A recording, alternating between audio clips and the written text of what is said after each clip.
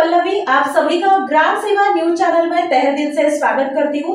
ग्राम सेवा news channel Maharashtra में Bhiwandi, Shirdi, Surat, Nashik, Solapur, Bangalore in सभी शहरों में गुजराती के साथ साथ मराठी, तेलुगु और हिंदी माध्यम के द्वारा प्रसिद्ध हुए।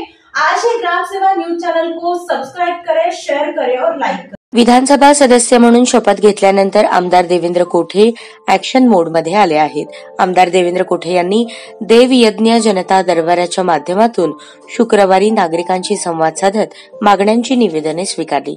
विशेष म्हणजे यातील अनेक नागरिकांच्या प्रश्नांबाबत आमदार देवेंद्र कोठे यांनी तात्काळ संबंधित शासकीय कार्यालयातील अधिकाऱ्यांशी चर्चा करून नागरिकांच्या संबंधित प्रश्नांची सोडवणूक केली।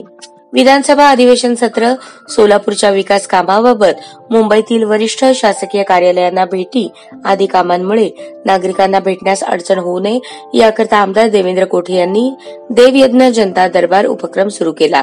या माध्यमातून आमदार देवेंद्र कोठे ठरवण्यात आलेल्या दिवशी संपर्क कार्यालयात उपस्थित राहून नागरिकांची निवेदने स्वीकारत त्यांच्या अडचणींची सोडवणूक करत आहेत।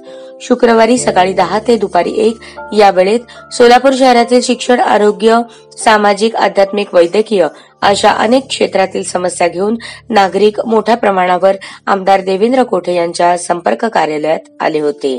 सर्वांच्या समस्या ऐकून घेऊन त्यांच्या समस्येवर निश्चितपणे सकारात्मक उपाययोजना होईल असे सांगत आमदार देवेंद्र कोठे यांनी नागरिकांना प्रश्नांच्या सोडवणुकीबाबत आश्वस्त केले, तर काही शासकीय कार्यालयांची तात्काळ संपर्क साधून नागरिकांच्या अडचणी सोडवल्या।